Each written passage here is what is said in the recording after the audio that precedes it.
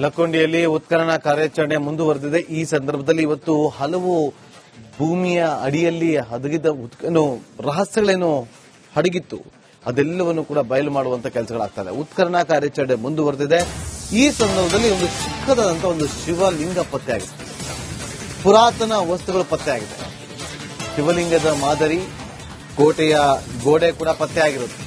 ಲಕ್ಕುಂಡಿಯ ಉತ್ಖನನ ಸ್ಥಳಕ್ಕೆ ಅಧಿಕಾರಿಗಳು ಭೇಟಿ ಕೊಟ್ಟಿದ್ದಾರೆ. ರಾಜ್ಯ ಪುರಾತತ್ವ ಇಲಾಖೆ ಅಧಿಕಾರಿಗಳಿಂದ ಪರಿಶೀಲನೆ ಕೂಡ ಮುಂದುವರೆದಿದೆ. ಸ್ಥಳವನ್ನ ಪರಿಶೀಲನೆ ಮಾಡ್ತಾ ಇರುವಂತಹ ಆಯುಕ್ತ ದೇವರಾಜ್ ಅವರ ತಂಡ ಜೊತೆಗೆ ಅಲ್ಲಿ ಕೆಲಸವನ್ನ ಮಾಡ್ತಾ ಇರುವಂತಹ ಉತ್ಖನನ ಕಾರ್ಯದಲ್ಲಿ ಭಾಗಿಯಾಗಿರುವಂತಹ ಪ್ರತಿಯೊಬ್ಬರು ಕೂಡ ಒಂದಷ್ಟು ಸಲಹೆಯನ್ನ ಕೂಡ ಕೊಡ್ತಿದ್ದಾರೆ. ದೃಶ್ಯಗಳಲ್ಲಿ ಕೂಡ ಗಮನಿಸ್ತಾ ಇದ್ದೀವಿ.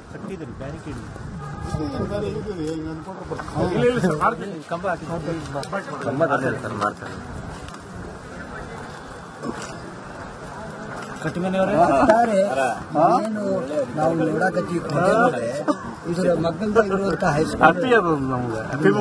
ಹೈಸ್ಕೂಲ್ ಕಟ್ಟಡ ತೆರವು ಮಾಡಿದ್ವಿ, ಡೆಮಾಲಿಷ್ ಮಾಡಿದ್ವಿ. ಐತಿಹಾಸಿಕ ಲಕ್ಕುಂಡಿ ಗ್ರಾಮದಲ್ಲಿ ನಿಧಿ ಸಿಕ್ಕ ಬೆನ್ನಲ್ಲೇ ಉತ್ಖನನ ಕಾರ್ಯ ನಡೀತಾ ಇದೆ. ಕಳೆದ 3 ದಿನಗಳಿಂದ ಉತ್ಖನನ ಕಾರ್ಯ ನಡೀತಾ ಇದೆ.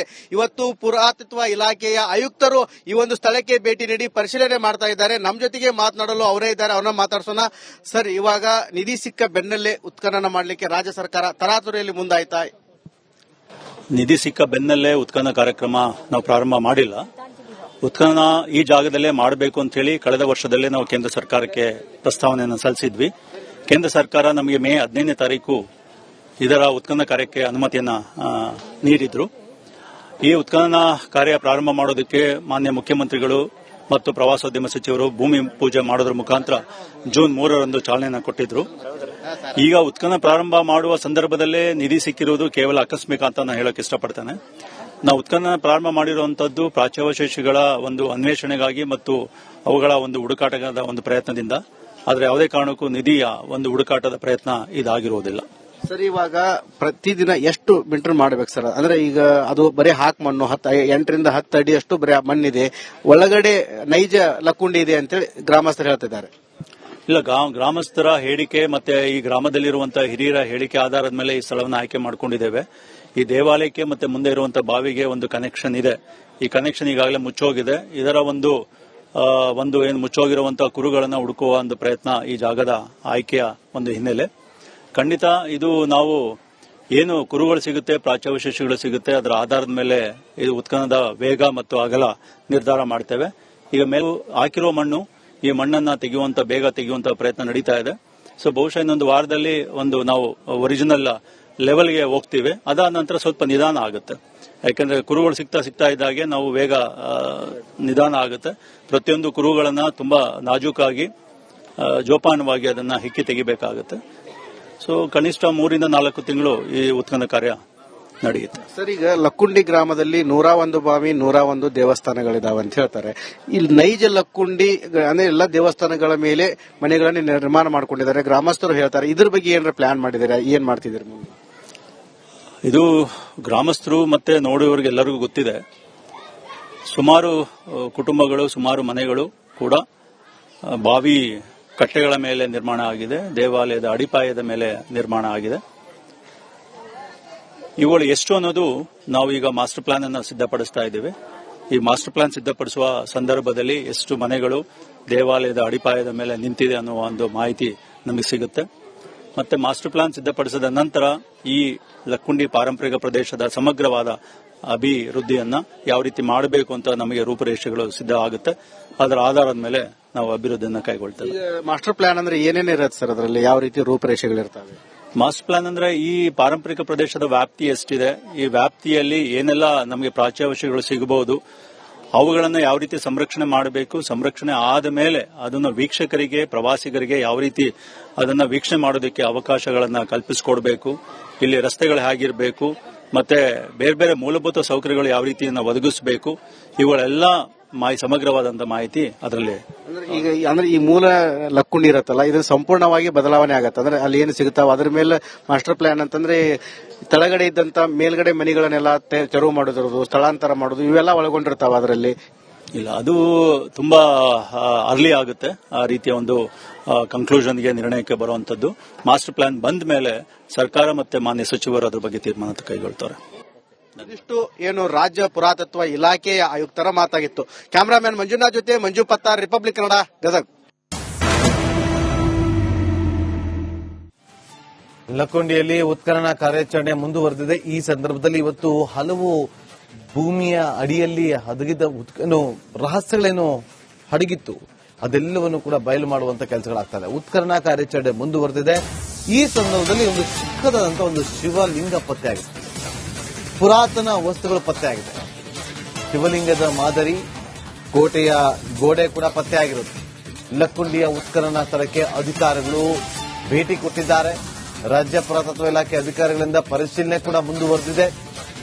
ಸ್ಥಳವನ್ನ ಪರಿಶೀಲನೆ ಮಾಡ್ತಾ ಇರುವಂತಹ ಆಯುಕ್ತ ದೇವರಾಜ್ ಅವರ ತಂಡ ಜೊತೆಗೆ ಅಲ್ಲಿ ಕೆಲಸವನ್ನ ಮಾಡ್ತಾ ಇರುವಂತಹ ಉತ್ಖನನ ಕಾರ್ಯದಲ್ಲಿ ಭಾಗಿಯಾಗಿರುವಂತಹ ಪ್ರತಿಯೊಬ್ಬರು ಕೂಡ ಒಂದಷ್ಟು ಸಲಹೆಯನ್ನ ಕೂಡ ಕೊಡ್ತಿದ್ದಾರೆ. ದೃಶ್ಯಗಳಲ್ಲಿ ಕೂಡ ಗಮನಿಸ್ತಾ ಇದ್ದೀವಿ.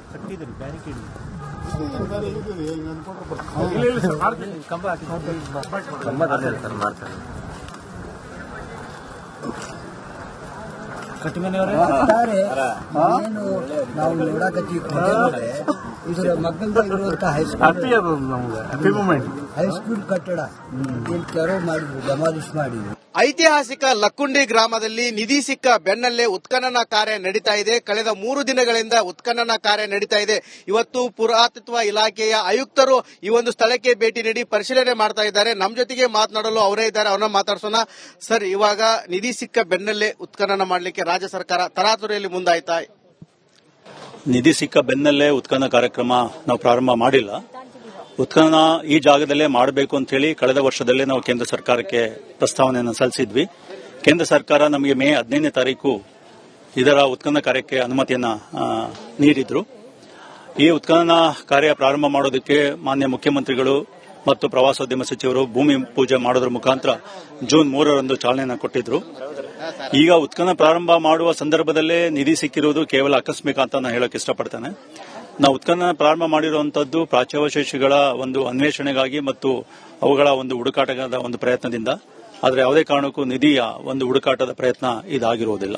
ಸರ್, ಇವಾಗ ಪ್ರತಿದಿನ ಎಷ್ಟು ಮೀಟರ್ ಮಾಡಬೇಕು ಸರ್? ಅಂದ್ರೆ ಈಗ ಅದು ಬರೀ ಹಾಕ್ ಮಣ್ಣು 8 ರಿಂದ 10 ಅಡಿಯಷ್ಟು ಬರೀ ಮಣ್ಣಿದೆ, ಒಳಗಡೆ ನೈಜ ಲಕ್ಕುಂಡಿ ಇದೆ ಅಂತೇಳಿ ಗ್ರಾಮಸ್ಥರು ಹೇಳ್ತಿದ್ದಾರೆ. ಇಲ್ಲ, ಗ್ರಾಮಸ್ಥರ ಹೇಳಿಕೆ ಮತ್ತೆ ಈ ಗ್ರಾಮದಲ್ಲಿರುವಂತಹ ಹಿರಿಯರ ಹೇಳಿಕೆ ಆಧಾರದ ಮೇಲೆ ಈ ಸ್ಥಳವನ್ನು ಆಯ್ಕೆ ಮಾಡಿಕೊಂಡಿದ್ದೇವೆ. ಈ ದೇವಾಲಯಕ್ಕೆ ಮತ್ತೆ ಮುಂದೆ ಇರುವಂತಹ ಬಾವಿಗೆ ಒಂದು ಕನೆಕ್ಷನ್ ಇದೆ. ಈ ಕನೆಕ್ಷನ್ ಈಗಾಗಲೇ ಮುಚ್ಚೋಗಿದೆ. ಇದರ ಒಂದು ಏನು ಮುಚ್ಚೋಗಿರುವಂತಹ ಕುರುಗಳನ್ನು ಹುಡುಕುವ ಒಂದು ಪ್ರಯತ್ನ ಈ ಜಾಗದ ಆಯ್ಕೆಯ ಒಂದು ಹಿನ್ನೆಲೆ. ಖಂಡಿತ ಇದು ನಾವು ಏನು ಕುರುಗಳು ಸಿಗುತ್ತೆ, ಪ್ರಾಚ್ಯವಶೇಷಗಳು ಸಿಗುತ್ತೆ, ಅದರ ಆಧಾರದ ಮೇಲೆ ಇದು ಉತ್ಖನನದ ವೇಗ ಮತ್ತು ಅಗಲ ನಿರ್ಧಾರ ಮಾಡ್ತೇವೆ. ಈಗ ಮೇಲೂ ಹಾಕಿರುವ ಮಣ್ಣು, ಈ ಮಣ್ಣನ್ನ ಬೇಗ ತೆಗೆಯುವಂತ ಪ್ರಯತ್ನ ನಡೀತಾ ಇದೆ. ಸೊ ಬಹುಶಃ ಇನ್ನೊಂದು ವಾರದಲ್ಲಿ ನಾವು ಒರಿಜಿನಲ್ ಲೆವೆಲ್ಗೆ ಹೋಗ್ತೀವಿ. ಅದಾದ ನಂತರ ಸ್ವಲ್ಪ ನಿಧಾನ ಆಗುತ್ತೆ. ಯಾಕಂದ್ರೆ ಕುರುಗಳು ಸಿಗ್ತಾ ಇದ್ದಾಗೆ ನಾವು ವೇಗ ನಿಧಾನ ಆಗುತ್ತೆ. ಪ್ರತಿಯೊಂದು ಕುರುಗಳನ್ನ ತುಂಬಾ ನಾಜೂಕಾಗಿ ಜೋಪಾನವಾಗಿ ಅದನ್ನ ಹಿಕ್ಕಿ ತೆಗಿಬೇಕಾಗುತ್ತೆ. ಸೊ ಕನಿಷ್ಠ 3 ರಿಂದ 4 ತಿಂಗಳು ಈ ಉತ್ಖನನ ಕಾರ್ಯ ನಡೆಯುತ್ತೆ. ಸರ್, ಈಗ ಲಕ್ಕುಂಡಿ ಗ್ರಾಮದಲ್ಲಿ 101 ಬಾವಿ, 101 ದೇವಸ್ಥಾನಗಳಿದಾವೆ ಅಂತ ಹೇಳ್ತಾರೆ. ಇಲ್ಲಿ ನೈಜ ಲಕ್ಕುಂಡಿ ಅಂದ್ರೆ ಎಲ್ಲ ದೇವಸ್ಥಾನಗಳ ಮೇಲೆ ಮನೆಗಳನ್ನು ನಿರ್ಮಾಣ ಮಾಡ್ಕೊಂಡಿದ್ದಾರೆ ಗ್ರಾಮಸ್ಥರು ಹೇಳ್ತಾರೆ. ಇದ್ರ ಬಗ್ಗೆ ಏನಾರ ಪ್ಲಾನ್ ಮಾಡಿದ್ದಾರೆ? ಏನ್ ಮಾಡ್ತಿದ್ದೀರಿ? ಇದು ಗ್ರಾಮಸ್ಥರು ಮತ್ತೆ ನೋಡುವವರಿಗೆಲ್ಲರಿಗೂ ಗೊತ್ತಿದೆ. ಸುಮಾರು ಕುಟುಂಬಗಳು, ಸುಮಾರು ಮನೆಗಳು ಕೂಡ ಬಾವಿ ಕಟ್ಟೆಗಳ ಮೇಲೆ ನಿರ್ಮಾಣ ಆಗಿದೆ, ದೇವಾಲಯದ ಅಡಿಪಾಯದ ಮೇಲೆ ನಿರ್ಮಾಣ ಆಗಿದೆ. ಇವುಗಳು ಎಷ್ಟು ಅನ್ನೋದು ನಾವು ಈಗ ಮಾಸ್ಟರ್ ಪ್ಲಾನ್ ಅನ್ನು ಸಿದ್ಧಪಡಿಸ್ತಾ ಇದ್ದೇವೆ. ಈ ಮಾಸ್ಟರ್ ಪ್ಲಾನ್ ಸಿದ್ಧಪಡಿಸುವ ಸಂದರ್ಭದಲ್ಲಿ ಎಷ್ಟು ಮನೆಗಳು ದೇವಾಲಯದ ಅಡಿಪಾಯದ ಮೇಲೆ ನಿಂತಿದೆ ಅನ್ನುವ ಒಂದು ಮಾಹಿತಿ ನಮಗೆ ಸಿಗುತ್ತೆ. ಮತ್ತೆ ಮಾಸ್ಟರ್ ಪ್ಲಾನ್ ಸಿದ್ಧಪಡಿಸಿದ ನಂತರ ಈ ಲಕ್ಕುಂಡಿ ಪಾರಂಪರಿಕ ಪ್ರದೇಶದ ಸಮಗ್ರವಾದ ಅಭಿವೃದ್ಧಿಯನ್ನ ಯಾವ ರೀತಿ ಮಾಡಬೇಕು ಅಂತ ನಮಗೆ ರೂಪುರೇಷೆಗಳು ಸಿದ್ಧ ಆಗುತ್ತೆ. ಅದರ ಆಧಾರದ ಮೇಲೆ ನಾವು ಅಭಿವೃದ್ಧಿಯನ್ನ ಕೈಗೊಳ್ತೇವೆ. ಮಾಸ್ಟರ್ ಪ್ಲಾನ್ ಅಂದ್ರೆ ಏನೇನು ಇರುತ್ತೆ ಸರ್? ಅದರಲ್ಲಿ ಯಾವ ರೀತಿ ರೂಪುರೇಷೆಗಳಿರ್ತವೆ? ಮಾಸ್ಟರ್ ಪ್ಲಾನ್ ಅಂದ್ರೆ ಈ ಪಾರಂಪರಿಕ ಪ್ರದೇಶದ ವ್ಯಾಪ್ತಿ ಎಷ್ಟಿದೆ, ಈ ವ್ಯಾಪ್ತಿಯಲ್ಲಿ ಏನೆಲ್ಲ ನಮಗೆ ಪ್ರಾಚ್ಯವಶೇಷಗಳು ಸಿಗಬಹುದು, ಅವುಗಳನ್ನು ಯಾವ ರೀತಿ ಸಂರಕ್ಷಣೆ ಮಾಡಬೇಕು, ಸಂರಕ್ಷಣೆ ಆದ ಮೇಲೆ ಅದನ್ನು ವೀಕ್ಷಕರಿಗೆ, ಪ್ರವಾಸಿಗರಿಗೆ ಯಾವ ರೀತಿ ಅದನ್ನ ವೀಕ್ಷಣೆ ಮಾಡೋದಕ್ಕೆ ಅವಕಾಶಗಳನ್ನ ಕಲ್ಪಿಸಿಕೊಡ್ಬೇಕು, ಇಲ್ಲಿ ರಸ್ತೆಗಳು ಹೇಗಿರಬೇಕು, ಮತ್ತೆ ಬೇರೆ ಬೇರೆ ಮೂಲಭೂತ ಸೌಕರ್ಯಗಳು ಯಾವ ರೀತಿಯನ್ನು ಒದಗಿಸಬೇಕು, ಇವುಗಳೆಲ್ಲ ಸಮಗ್ರವಾದಂತಹ ಮಾಹಿತಿ ಅದರಲ್ಲಿ. ಅಂದ್ರೆ ಈ ಮೂಲ ಲಕ್ಕುಂಡಿ ಇರತ್ತಲ್ಲ, ಇದು ಸಂಪೂರ್ಣವಾಗಿ ಬದಲಾವಣೆ ಆಗತ್ತೆ. ಅಂದ್ರೆ ಅಲ್ಲಿ ಏನು ಸಿಗುತ್ತಾವ ಅದ್ರ ಮೇಲೆ ಮಾಸ್ಟರ್ ಪ್ಲಾನ್ ಅಂತಂದ್ರೆ ತಳಗಡೆ ಇದ್ದಂತ ಮೇಲ್ಗಡೆ ಮನೆಗಳನ್ನೆಲ್ಲ ತೆರವು ಮಾಡೋದು, ಸ್ಥಳಾಂತರ ಮಾಡೋದು, ಇವೆಲ್ಲ ಒಳಗೊಂಡಿರ್ತಾವ ಅದರಲ್ಲಿ. ಇಲ್ಲ, ಅದು ತುಂಬಾ ಅರ್ಲಿ ಆಗುತ್ತೆ ಆ ರೀತಿಯ ಒಂದು ಕನ್ಕ್ಲೂಷನ್ಗೆ ನಿರ್ಣಯಕ್ಕೆ ಬರುವಂತದ್ದು. ಮಾಸ್ಟರ್ ಪ್ಲಾನ್ ಬಂದ ಮೇಲೆ ಸರ್ಕಾರ ಮತ್ತೆ ಮಾನ್ಯ ಸಚಿವರು ಅದ್ರ ಬಗ್ಗೆ ತೀರ್ಮಾನ ಕೈಗೊಳ್ತಾರೆ. ಇದಿಷ್ಟು ಏನು ರಾಜ್ಯ ಪುರಾತತ್ವ ಇಲಾಖೆಯ ಆಯುಕ್ತರ ಮಾತಾಗಿತ್ತು. ಕ್ಯಾಮರಾಮನ್ ಮಂಜುನಾಥ್ ಜೊತೆ ಮಂಜು ಪತ್ತಾರ್, ರಿಪಬ್ಲಿಕ್ ಕನ್ನಡ, ಗದಗ್.